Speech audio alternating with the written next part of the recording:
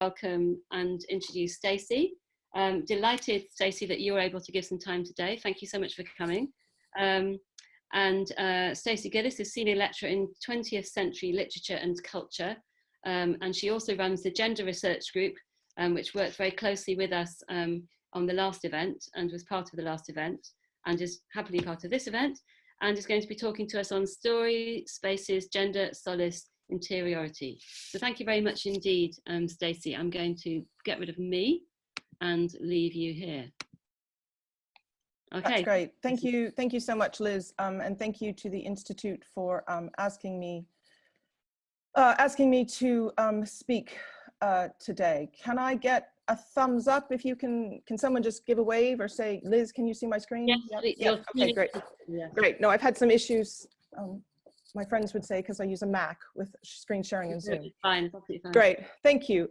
Okay, so thank you. As Liz said, I'm one of the conveners of the Gender Research Group, and I work in the School of English.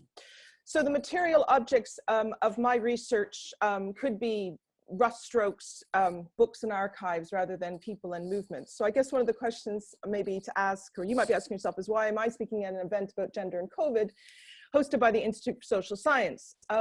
And today I want to offer some provocations about reading and about collaboration, and to make some connections with the fantastic kind of work that was presented yesterday, and what Rachel and what Diane have said earlier, to think about how now more than ever the social sciences and the humanities need to work together to address the challenges posed by COVID and by the patriarchy. And I'm not seeing those necessarily as distinct. And in doing so, I'm going to touch upon a couple of provocations thinking about the domestic, reading, guilt, and the neoliberal institution, all within the next 8 minutes or so. So if we can return to mid-March, when we were rather incoherently advised to go into lockdown, after the novelty of the shock wore off, I began to chafe, as I'm sure many of you did, at being limited to the confines of my house. And it dawned on me that I was chafing not just at being limited to the house, but at not having a choice in terms of that limitation. I had to stay home. So there's no escape from my four walls. And that's putting aside, I know I'm very fortunate to have four walls, being able to manage my bills. I had panicked cooked through the end of February, so I had a very full freezer, etc. But there's no escape from my four walls and from me being solely responsible for my children. So the first point I want to make is about the public-private divide that was being writ large upon every house in the country, and indeed in those other countries experiencing lockdown. In fact, when men and women were experiencing what most women across the centuries and around the world have lived: lack of choice, lack of movement, fear of a known danger in the moments that one could go outside. You might not be able to see it, but there was a possibility of danger, and responsibility for management of domestic matters. So the general conditions of lockdown in confining us to the private domestic spaces created by the discursive structures of patriarchy have many people globally experiencing the conditions of private life that women have been experiencing cultures and societies for millennia. And this brings me to the second point that I want to make. And again, if you cast your mind back to the beginning of the lockdown, this still continues in some ways. There was a proliferation of print journalism and social media pieces, which were along the lines of the productive uses to which you can put your lockdown. You could learn how to make the perfect souffle. You could write a radio play. You could finish off sewing projects. You could perfect that yoga handstand. And putting aside here the rhetoric around usefulness for a moment, and I do think that some in the academy imbibe this, you know, so many particular, and we can talk maybe about the gendered implications in social media of how many men particularly were indicating how fortunate it was to have lockdowns so that they could be more productive with publications, grant applications, etc. What is it about time that needs to be accounted for to be rendered useful? My yoga handstand has not improved. It literally has not gotten off the ground. But I, along with millions of other people around the world, have been doing something that binds us together, that marks us as human.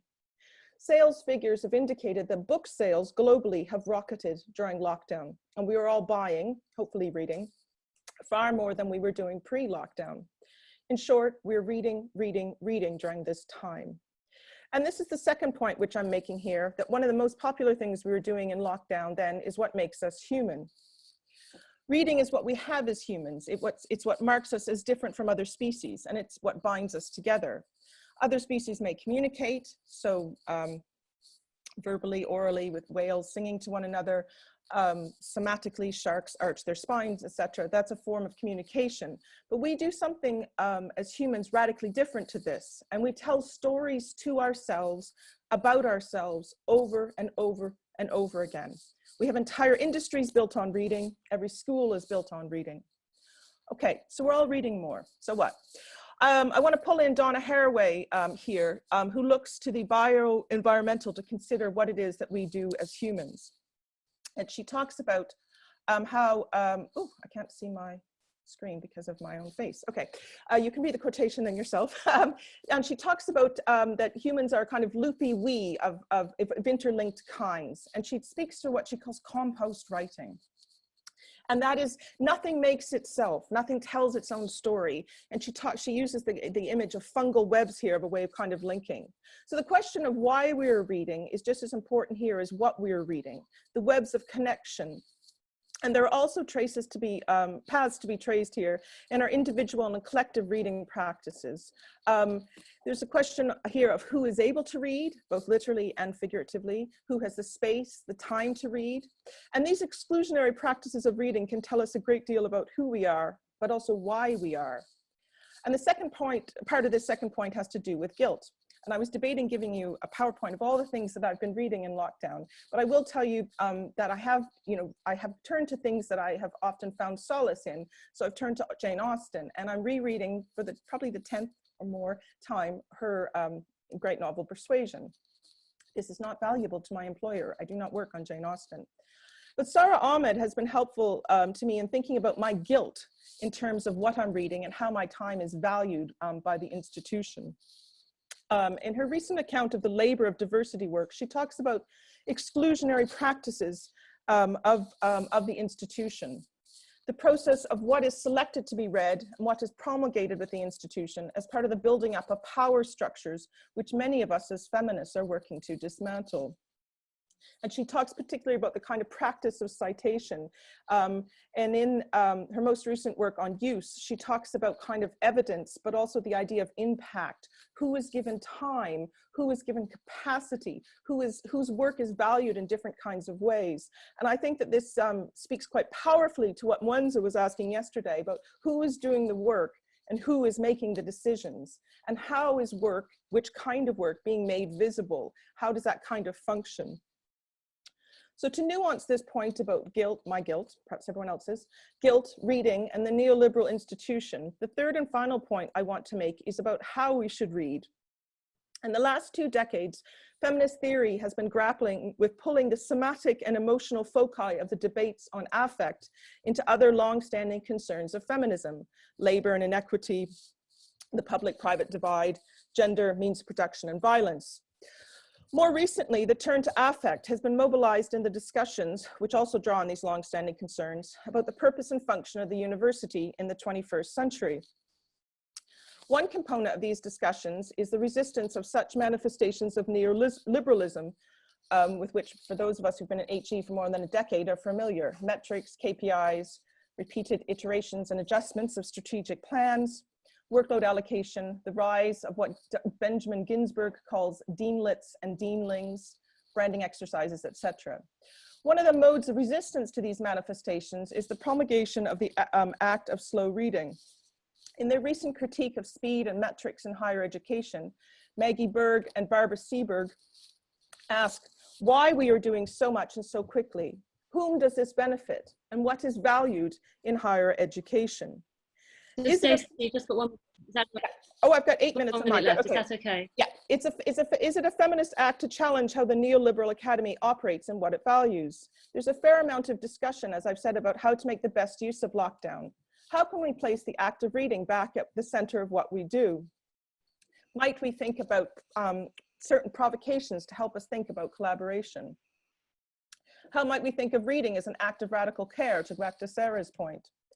Can the act of reading be feminist, an act, and be part of the dismantling work? How can this work within existing power structures? How can we help one another to make this work visible rather than the focus on employability? And how can we work collaboratively to resist the transformation?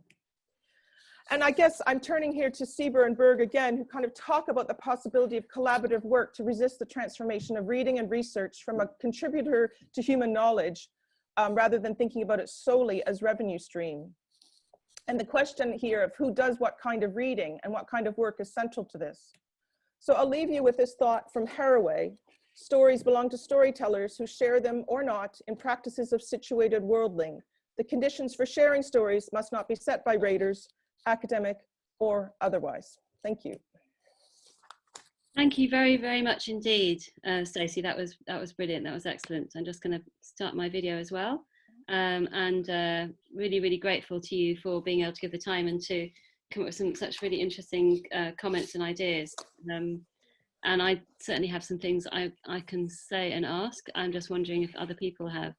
So there's a question here from Rachel Payne, wondering how the dynamics of class, race and gender play into who reads, and more broadly, who has spare time during the pandemic and what they will do with it.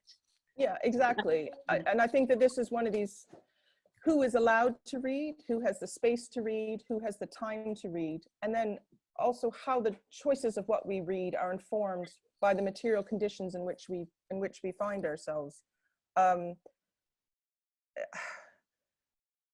I would not be surprised, and I haven't seen any work on this yet, I would not be surprised to find out that actually, I'd be very interested to know what kinds of things women are reading, particularly during lockdown. And I'm thinking, there's a very long kind of tradition of thinking about what do women read, and a kind of dismissal of the kinds of genres towards which women have been drawn towards for various complex reasons.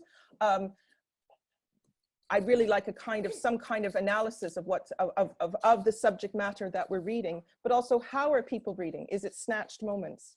But I'm also wondering how social media and fake news plays into your analysis. Yeah, sorry, I don't quite understand the question, Liz. How kind of social media, because we're reading all kinds of different formats. Okay. Yeah. So how does that play in? Are you talking primarily on the book form, or are you talking about all different platforms? I think all different platforms. I'm primarily interested in kind of book history, but I think all different platforms. I know that I had to break myself at the early stages of the lockdown, in which I was just constantly reading different news sites. I was constantly trying to find the one thing that was going to give me the key to understanding what was going on. And I just thought, for my own mental health, I can't do this anymore.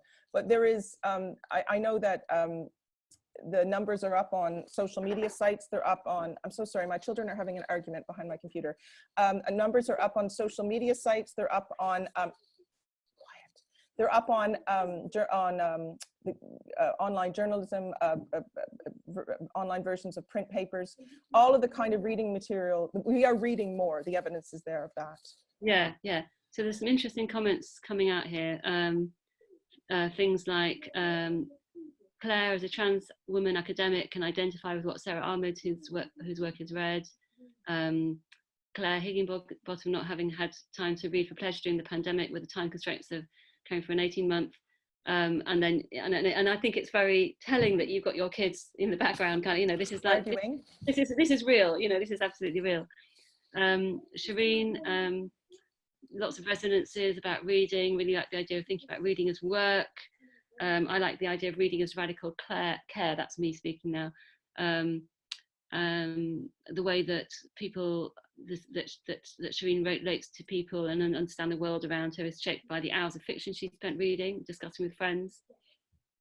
Janice McLaughlin, some media analysis of the positive adverts of certain people having fun times at home in digital media, links in what Sarah's saying. Yes, I mean, I think there's, and then Michael Richardson's wondering about whether the type of reading matters. So surely big differences between reading for pleasure and other forms. But there's lots, you're sparking off lots of ideas about reading. Please, any other thoughts? I think that one of the things that I found myself and talking to colleagues and friends during lockdown is I've been able to return to academic reading for pleasure, because because that my time is being quantified, or I feel my time functions in a different way in lockdown. So whereas before that, my academic reading was like, oh, I need to read this in order to get something from it that I can then take and use in some kind of publication or something, you know. Very utilitarian then. Yeah, but whereas now I'm kind of like, I've really enjoyed reading Donna Haraway's most recent book, Making Kin, which normally I know that during a term time, I would be doing what I tell students not to do, which is skim, find what you need and move on. Yeah, we all do that, don't we? Yeah, whereas I now have the time, but then the institution does not value that time. That's the other side. But I think I do, and there's lots of people in the institution that do, and I think it's great to have your insights. We're going to need to move on.